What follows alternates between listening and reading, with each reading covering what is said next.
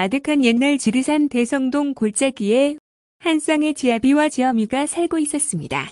사람으로서는 지리산 깊은 골에 처음 발을 들여놓았다는 이들 내외는 가난하지만 착하고 성실하게 살았더랍니다. 비탈을 일군 척박한 밭에서 잡곡을 거두고 골짜기에서 나물도 캐고 하는 살림이었지만 둘은 의좋게 또 행복하게 지냈습니다. 그러던 중 네 발 들짐승이며 산새들과도 말이며 뜻을 주고 받고 했더랍니다. 물론 산새 지적임의 속뜻을 척척 알아듣곤 했습니다.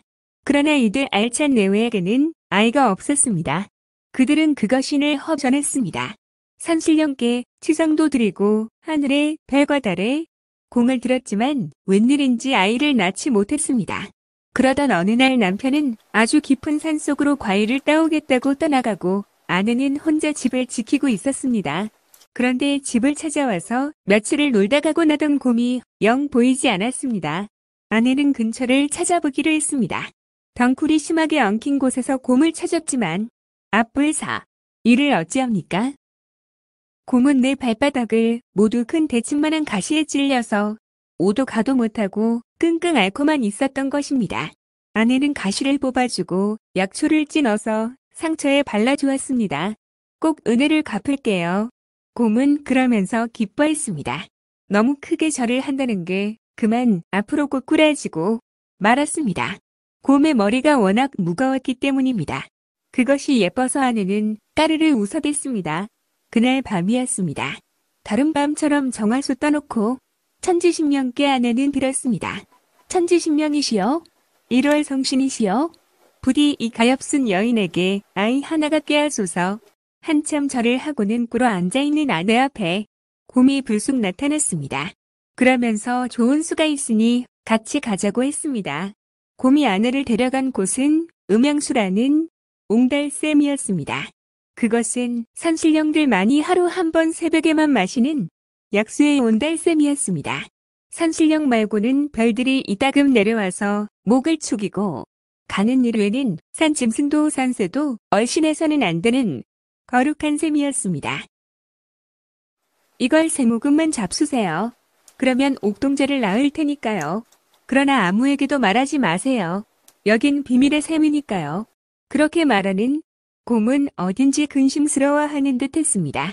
눈빛은 무엇인가 자신에게 닥쳐올 화를 각오하고 있는 듯 침통해 보였습니다. 아내는 먼저 달과 별에게 죄라고는 음양샘의 물을 세모금 마셨습니다. 그리고는 또 별과 달에게 빌었습니다. 이 물 마셨으니 부디 애기 하나 점지하소서. 아내의 간절한 기구는 산의 짙은 어둠 속에 잔잔하게 울렸습니다. 그런데 정말 딱하게도 그걸 엿보고 있는 호랑이가 있었습니다. 곰과 사이가 매우 나빴던 그는 이 사실을 산신령에게로 달려가 알렸습니다. 곰이 산신령님의 음양수를 사람에게 먹였습니다. 숨을 헐떡이면서 호랑이는 일러 바쳤습니다. 고이 앉고 크게 노한 산신령은 그 뒤부터 영원히 겨울 석 달은 곰으로 하여금 굴 속에 갇혀 살게 분부를 내렸습니다. 그 대신 호랑이에게는 산신령의 시종이 되게 벼슬 자리를 높여주었습니다. 이 곰이 겨울잠을 자게 된 것도 이 때문이고 수염이 허연 산신령이 호랑이를 시종으로 데리고 다니게 된 것도 이때부터라고 합니다. 음양수를 몰래 마시 나네에게도 지엄한 벌이 내려졌습니다. 그 넓은 돌밭은 세석평전을 철쭉으로 10년, 20년, 30년이 걸려서라도 쉼없이 꽃밭 가꾸기를 하라고 했습니다. 아내는 그날 이후 집으로도 못 갔습니다. 공굴 옆에 또 다른 굴에서 기거하면서 자갈을 캐고 돌을 뽑고 하면서 철쭉 가꾸기에 온 힘을 쏟았습니다. 그때는 호미도 나무호미였습니다. 수도 없이 호미가 부러져 나갔습니다. 아내는 드디어 온 손바닥, 온 손가락으로 돌 사이를 호벽하며 철쭉을 심고 또 심었습니다. 10손가락에서는 노상 피가 흘렀습니다. 그래서 세석평전에 철쭉꽃은 넬로 붉은 빛을 더해갔다고 합니다. 그것을 후세 사람들은 아내의 핏물꽃이라고 했답니다. 그렇게 웬만큼 철쭉이 무성해진 무렵 산신령도 아내의 정성에 감복했습니다. 기왕 음양수를 마셨으니 그 정성을 보아서 아이를 갖게 해주는 것이 좋겠다고 생각했습니다. 너무 마음씨 고운 여인이라 그만한 상을 받을 만하다고 산신령도 노기를 푼 것입니다. 여름에 시작한 꽃 심기가 가을 지나고 겨울 지나고 드디어 봄을 맞이했습니다. 철쭉꽃이 처음으로 세석평전에 피기 시작한 그 무렵안에는 옥동자를 낳았습니다. 아기의 얼굴빛은 진짜 철쭉빛이었습니다. 웃음을 웃을래치면 꼭 철쭉꽃이 바람에 흐드러지는 것 같았습니다. 갓 태어난 아기가 우렁차게 울음을 울었습니다. 응아, 응아, 응아. 아침 햇살이 울음을 타고 춤추었습니다. 곰과 호랑이도 달려와서 덩실덩실 너울너울 춤을 추었습니다. 아기 울음은 대성동 아래 골짜기까지 메아리 지면서 울려 퍼졌습니다. 나무 열매를 따러 갔다가 지난 겨울에야 집으로 돌아온 남편이 그 영롱한 아기 울음소리를 들었습니다. 산꼭대기에서 웬 아기 울음소리지? 혹시 아내가? 그 생각에 그는 세석평전을 향해서 줄다름 쳤습니다.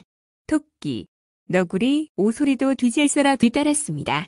드디어 세석평전이 멀리 보이는 가파른 절벽에 다다랐을 때 남편은 호야, 호야, 호야 하고 소리쳤습니다. 아내가 남편 소리를 알아차리고는 아기를 안고 뛰었습니다. 곰도 호랑이도 뒤질서라 같이 뛰었습니다. 먼 빛으로 아내 모습을 확인한 남편은 고르다시피 뛰었습니다. 둘은 철쭉 꽃밭 한가운데서 만났습니다. 아내가 남편에게 아기를 건네주었습니다. 남편은 덥석 아기를 안았습니다. 응아, 응아, 응아. 아기는 좋아라고 또 힘껏 울음을 토했습니다. 그 뒤로 봄마다 세석평전에는 아기 웃음 같은 철쭉꽃이 더 한층 붉게 피어났습니다. 전설이지만 너무 가슴 벅차고 낭만적인 이야기가 아닙니까?